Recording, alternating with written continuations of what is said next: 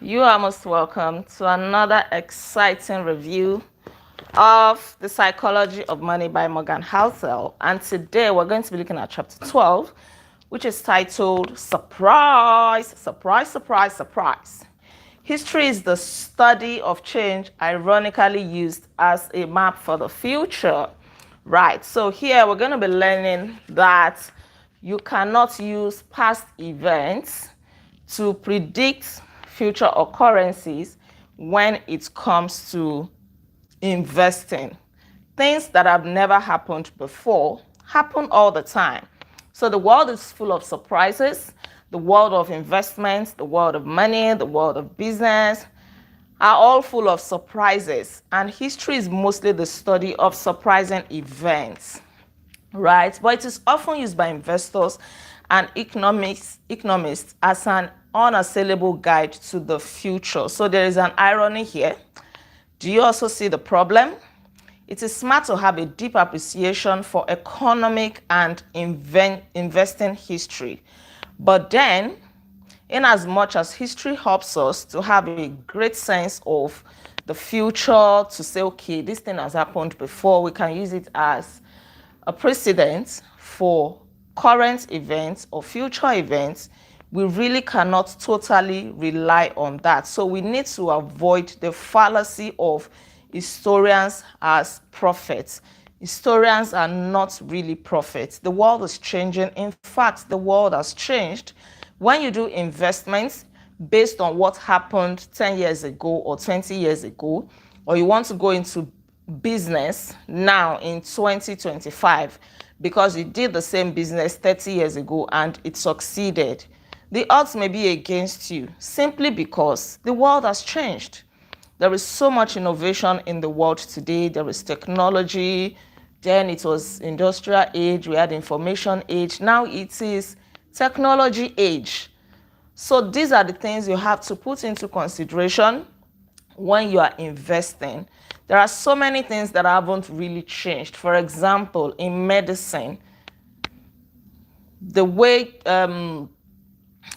kidney operations were done in those days is the same way, probably just an advanced method, right? I'm not talking in terms of, the theater and everything, but pretty much the same thing. When we talk of science, the law of gravity still applies up till today. When we talk of biology, we talk of cells, we talk of reproduction. All of those things are pretty much the same. What you probably learned in secondary school so many years ago is what they are still learning in secondary school today when it comes to science, chemistry, biology. If at all there are any changes, maybe just tiny changes here and there, but pretty much they remain the same. But investment is not hard science. When we talk about your money, it is not hard science. The fact that it worked 50 years ago or even 10 years ago, even 2 years ago, does not mean that it is going to work now. So investment is not a hard science. It is a massive group of people making imperfect decisions with limited information about things that will have a massive impact on their well-being. We learned yesterday that you are not a spreadsheet, you are not a robot. You have emotions. So you shouldn't be coldly rational to say, okay, I'm just going to do it anyways. No, your emotions will come into play. You have to reason it through. So more or less, you have to be reasonable. Because if you are not reasonable, if you don't get it right in investment, it can affect your entire well-being. We've seen people who committed suicide. We're talking about chapter 12 today. Surprise, surprise, surprise. Mr. Osabo Alfred. We're talking about chapter 12 of The Psychology of Money that talks about surprises in the world today, particularly when we're talking of investments, right? Pretty much that we cannot use past events in investments we cannot rely on past events to guide us in the investment decisions that we make today. The most important driver of anything tied to money is the stories people tell themselves and the preferences they have for goods and services. So what works for you when it comes to how you spend your money, how you invest your money, may not work for me. But even at that, the stories that you tell yourself don't tend to sit still. Things are always changing. They change with culture, with generation. Look at the world that we live in today. So many things have changed. We live in a world where, in fact, a lot has changed, right? Even when I was growing up, I'm not an old woman, but I can say that a lot has changed now. From when I was growing up, from 10 years ago, looking at it from the angle of social media, the internet, so many things have changed. So you really now cannot say you want to be dogmatic when it comes to your money. The mental trick we play on ourselves here is an over-admiration of people who have been there or who have done something when it comes to money. And we want to be like them. We want to say, oh, if he invested in that and it worked for him, fine, right? We want to do that. But it doesn't really work that way. Experiencing specific events does not necessarily qualify you to know what will happen next. There are so many things that happen in the world. Look at coronavirus, for example. Look at the September 11 attack, right? The 9/11 attack in the US.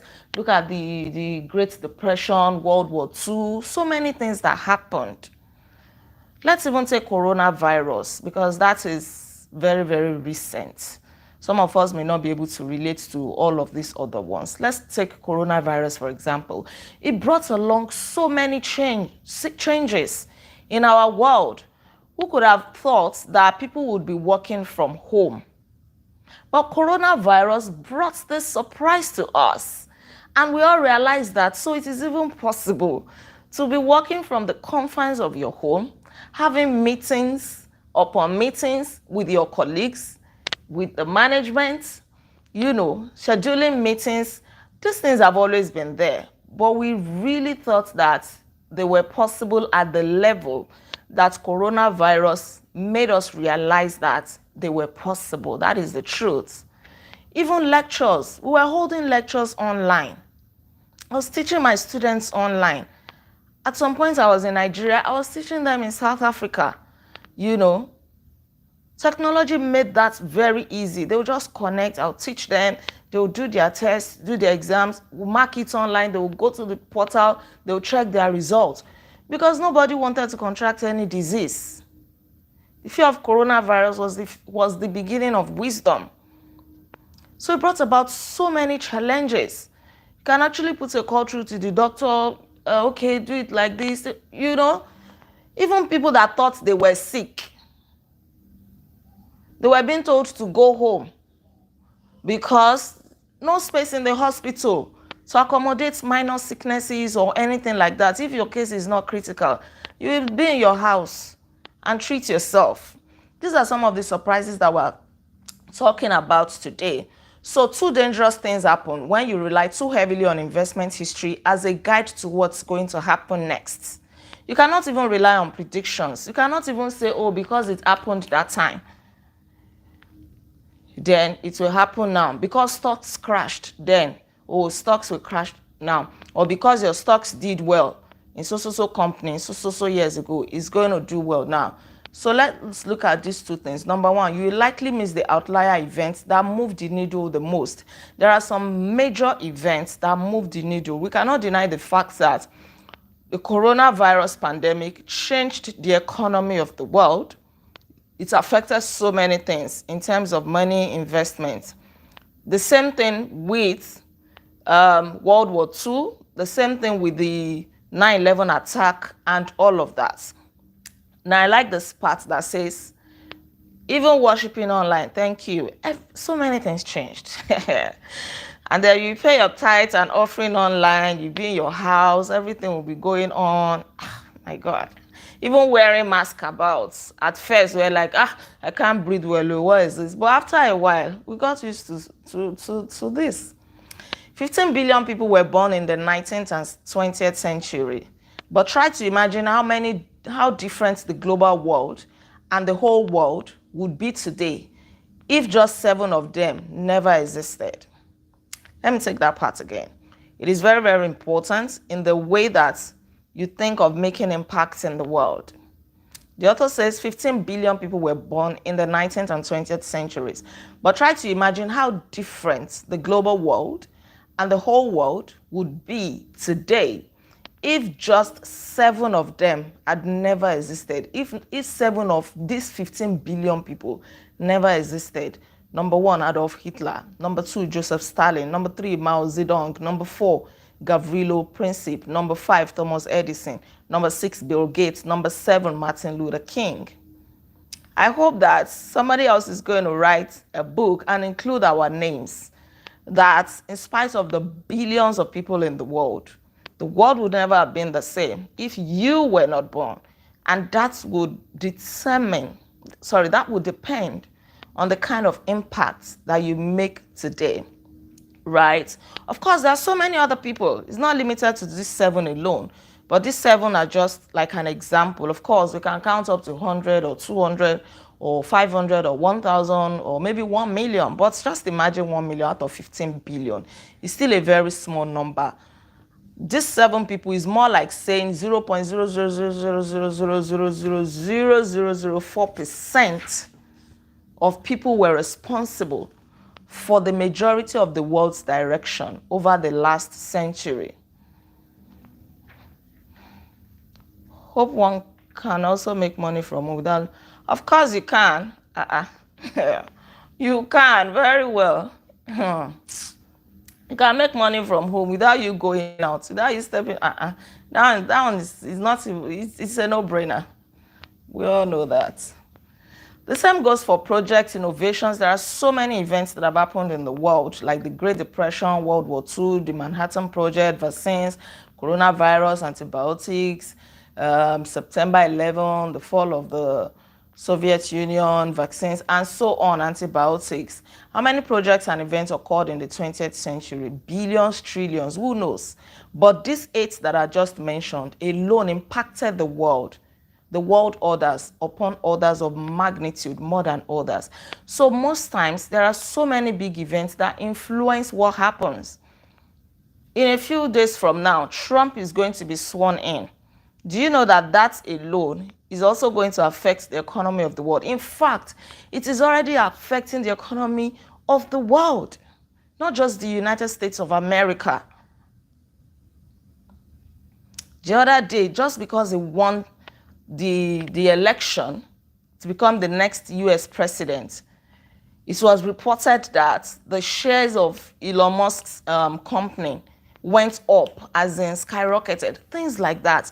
There are some major events that just control the way that the whole world goes.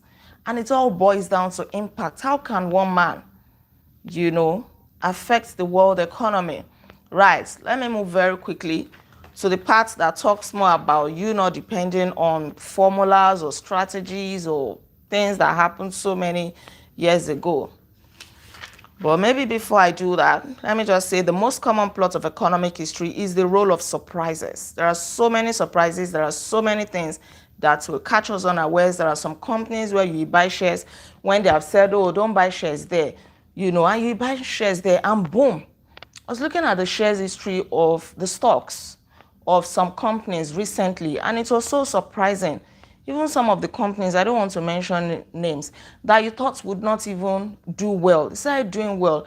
And the ones that you thought, that by now the stocks would have been doing so well. I even bought in one of these ones, and we thought that, it was doing well at first. But all of a sudden, things just changed, and the unlikely ones started taking over, they started making waves. So there are so many predictions here and there. And so you really cannot rely on just one formula to determine where you're going to put your money. You have to consider so many things, and you also have to consider your well-being, your emotions, how averse are you to risk, so that when you put your money and it doesn't do well, it doesn't affect your mental health, right? Let's look at the second point that I want us to look at before we call it a night or a day. Number 2, history can be a misleading guide to the future of the economy and stock markets because it doesn't account for structural changes that are relevant to today's world. Right. There was a time that BlackBerry was really reigning. People who bought shares in BlackBerry company then, who would have thought? Even girls will do runs then just to be able to buy BlackBerry. People would steal just to be able to buy BlackBerry phone. In case you don't know, BlackBerry phone. BlackBerry was a phone. It was really raining. Give me your pen. Send me your pen. Things like that. But where is BlackBerry today? Who's talking about BlackBerry today? Today, people are talking about iPhone. If you have iPhone, you are the reigning one. You are the rich one. These are some of the dynamics that just help us to explain that the world is full of surprises. So, personal financial advice and analysis about how Americans save for retirement today is not directly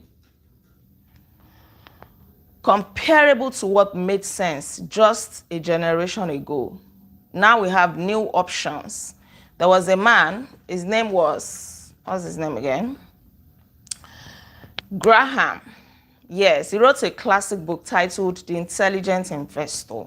Even in his book, he wrote so many formulas that the author felt, even when he read the book as a teenager, these are some things that you should apply to your finances, how to invest and all of that. But in practical terms, they did not work. And the author himself kept on revising the book to say, okay, this formula worked then, it's not working again. He kept on revising his book from time to time.